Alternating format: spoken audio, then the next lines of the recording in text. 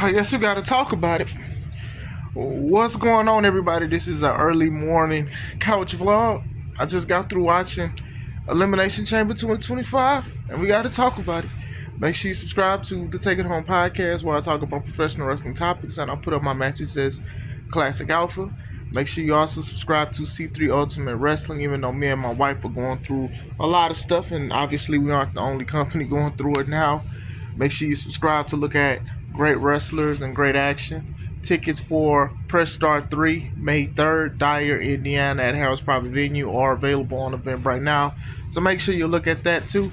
Nobody tells you that God loves you, Christ loves you, and I love you as well. So make sure we understand that God is love.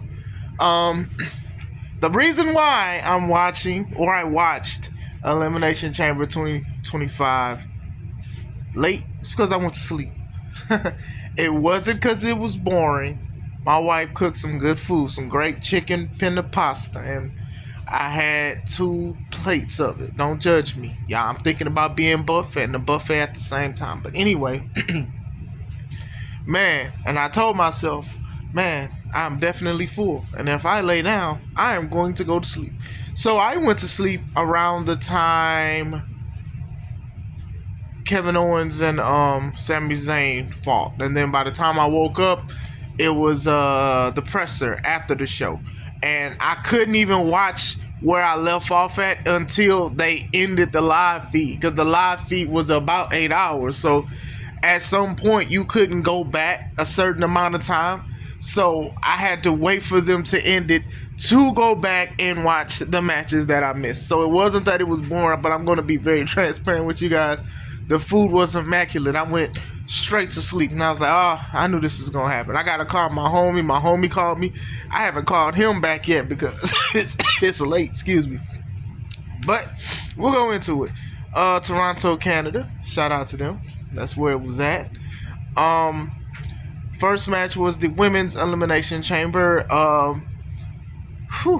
Man, they started off hot. Now, you guys know how I feel about certain things about having a women's one and a men's one, but with Elimination Chamber, I give it more leeway because you can do a lot of things in that chamber, basically, compared to like Money in the Bank with just ladders and chairs and stuff. This is just a little different, and Elimination Chamber used to be one of my favorite matches back in the day. So they started off with that, and before Liv and Naomi could lock up, Jade Cargill returns. She returns. Liv is scared. Naomi is in the corner. So there's been a lot of speculation about what happened and who done it, who did it and what for. Jade comes in, looks like she's about to piece up Liv, and she goes straight for Naomi. And when she starts attacking Naomi, Bianca's in her pod, still in there, like hitting the pod, saying, "No, Jade, Jade, Jade, Jade." Basically telling Naomi, "Craig, get up!" Like, Jade put paws and feet on that young lady, and the way the crowd went crazy. Like, the fact that Jade wasn't even in the match, and she had her gear on, because she was really outside. She was literally outside. Like, they left her outside on that car, blooded up in a heap. But still, man, she beat up Naomi. She closed the chamber on her and walked away. So now we're curious to see what happened and what's going on. It's looking like it's what a lot of people have speculated and predicted of Naomi doing it. But we'll see where it goes from there. So Naomi cannot continue, so she was eliminated. Only take about that is that you guys know how I feel about certain things with big matches and how it involves outside stories. But still, I think this one was more valid, of course, because of the situation. For most of the match, it was good. I think a lot of the women had a time to shine except Naomi. Naomi, the glow was like off before the bell even rung for that lady. But but going back into the match, it was good. We saw things with Roxanne. She did great. You can definitely tell that WWE definitely loves her, to have her like to go with some of these vets in the game and have like solid moves and stuff like that. Liv, Bianca, Bailey, they all did good. Alexa Bliss. The match delivered. The way the pins happened, they were very good. They were very creative. Even how, oh man, I loved how Liv was yo-yoing Bianca between the ropes and the cage. And I call Bianca Beyblade Bianca because the way Liv Morgan was letting it rip on that lady's hair and ponytail was crazy. How she dragged her was crazy as well. Random thought, I had talked to my bros because I was like, dang, didn't they used to pin outside the ring like you could pin on the grates? And he said, yeah, but I guess they changed it. I actually missed that. I missed when you could actually pin them outside of the ring because it's the whole chamber. It's not elimination ring, it's elimination chamber. Random thought. Basically the final two was Liv and Bianca. Liv tried to go for an Oblivion. Bianca caught her and hit her with the KOD. 1, 2, 3. Ooh-wee. Bianca is the number one contender for the World Heavyweight title on Raw, even though she's a SmackDown competitor. She goes to the entrance. Rhea comes out, and then in the middle of them looking at each other for a face-off, Io comes out because Rhea's going to go against Io, I believe, this Monday. We know it's going to be Rhea versus Bianca. Nothing against Io. I love Io and everything she continues to do, but stop playing with us. But still, solid match. Second match was Nia Jax and the Poison Pixie. Shout out to Arshawn, that's his favorite wrestler. No, just kidding.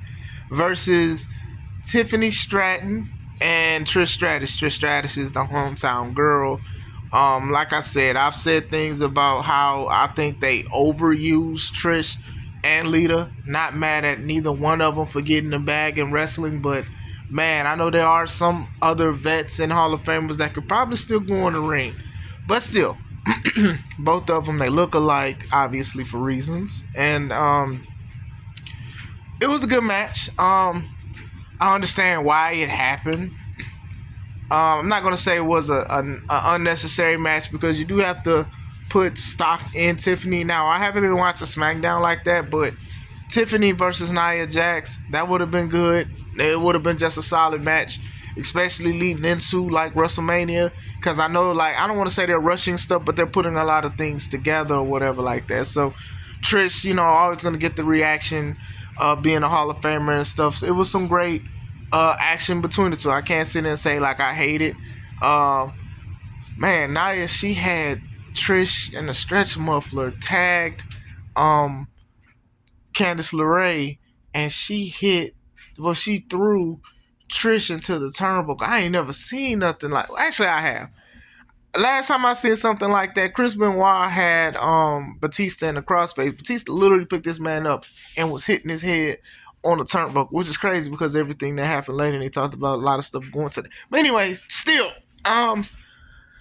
they all did great. I thought it was a solid match. Pay-per-view worthy, that's debatable. I mean, like I said, people love to see Trish Stratus. And it was in Canada. Like I said, it was decent for what it was to like space out time and also give women an opportunity. The end was basically Tiffany hitting the best moonsault ever on Nia Jax and winning 1, 2, 3, and she celebrated with Trish Stratus. So TS and TS1, TS squared, TS to the second power. I just realized their initials are the same. So solid. Next match was the unsanctioned match between Kevin Owens and Sami Zayn. The guys who were bros, then they were enemies, then they were bros again, and then now they're enemies again. So basically, we know backstory. Kevin is mad at Sami because Sami didn't have his back. And, Kevin has been on a run of people not helping him and not being on his side. So Kevin has been one deep or whatever. Sami is not 100% is what they're going with. And basically told Adam Pearce, I don't need to be 100%. Hold on, I'm about to cry because of what happened later. Anyway, so basically they're having an unsanctioned match. My thoughts on unsanctioned matches, they don't need to have a pin. Personally, somebody needs to like pass out or not, or say they don't want to wrestle no more. My personal opinion on it, don't really need a referee for an unsanctioned match. This is me. It's unsanctioned, so why would we have an official But still, between going through tables, the Fisherman Buster on the table, the Blue Thunder Bomb on a chair table with one of the chairs in barbed wire, the power bombs on the aprons. This was solid. In came where Kevin basically was in his bag of beating up Sammy like he usually does, and he was power bombing him on the apron. Um, then he gave him one, rolled him in the ring, 1, 2, 3. Like I said, I'll say this: Kevin has a lot of matches where it's no DQ, falls count anywhere, last man standing.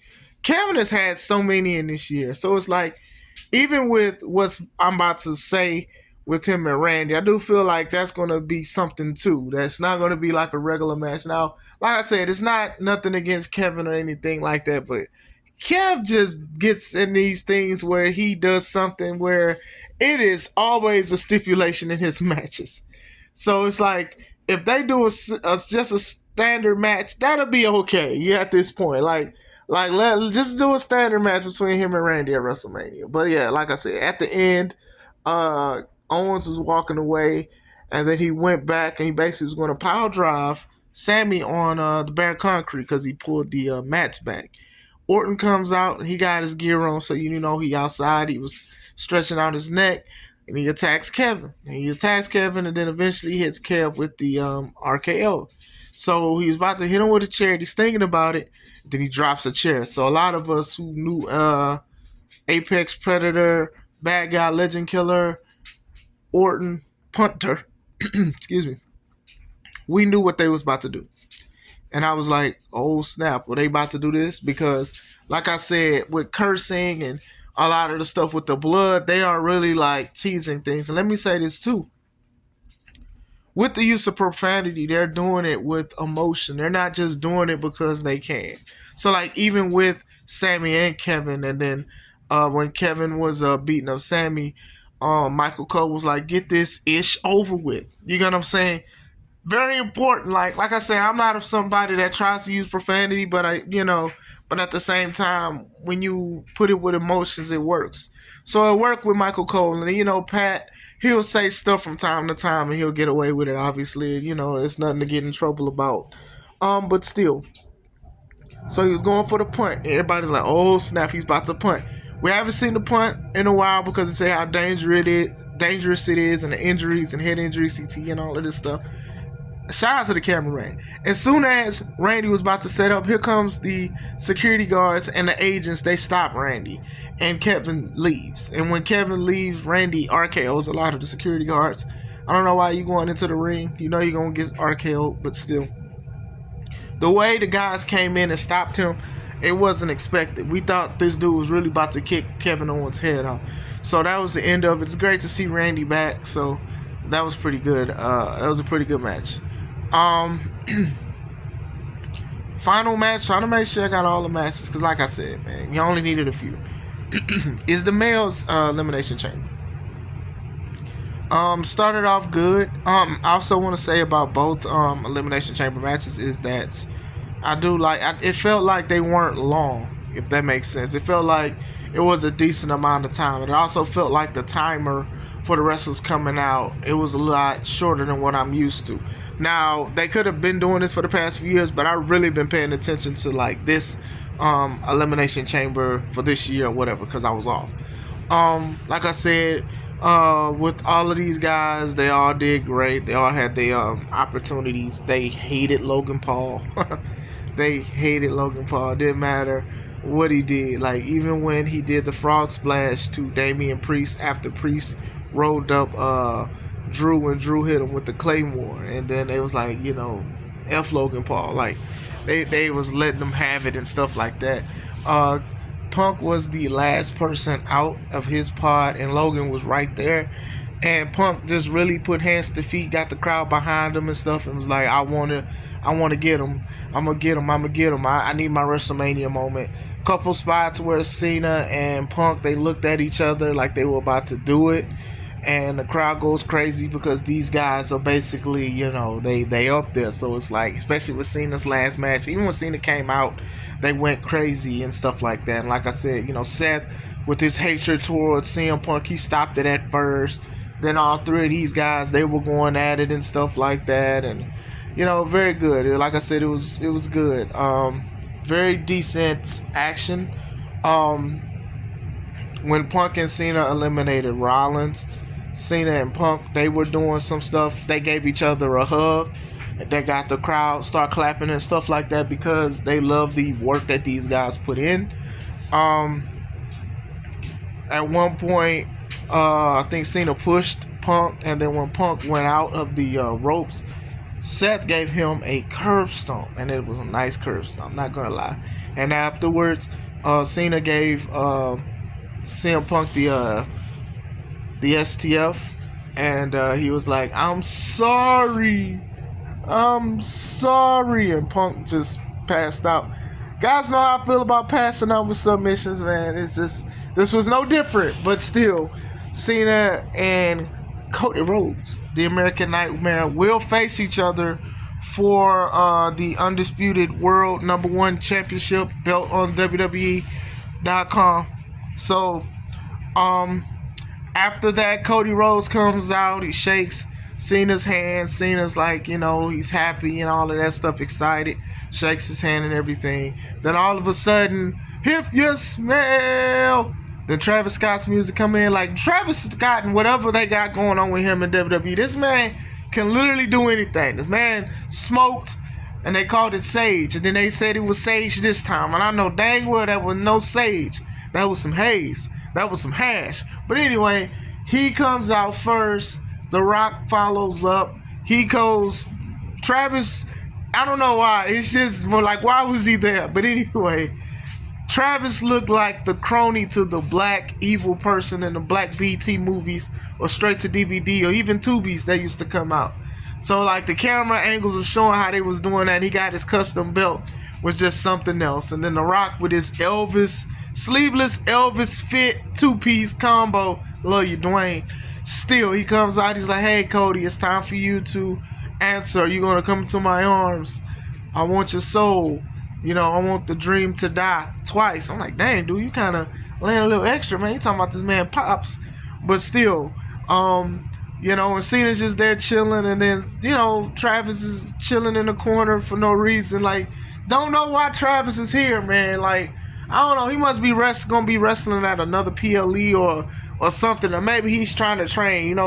They asked Sexy Red if she was interested. She said no, but still, Cody Rhodes said, I already sold my soul, and The Rock was smiling. He's like, Cody was like, I sold my soul to the fans. I'm like, all right, first of all, as a spiritual person, you got to be careful about selling your soul because you want to get it back. And I love the fans and all that stuff. Yeah, I said he sold Cody. But anyway, he said that then he told The Rock to go F himself, and then the crowd went crazy. Like, literally said this stuff on live. Like I said, the profanity, I don't think it's necessary, but if you want to use it, you use it for these kind of things so people can be like, oh man, this just woke me up. So Cena's losing his mind and everything like that. Like, oh yeah, all right, F the system, F the Rock, or whatever like that. Man, hold on. I think I can do this. I am a man. I can do this.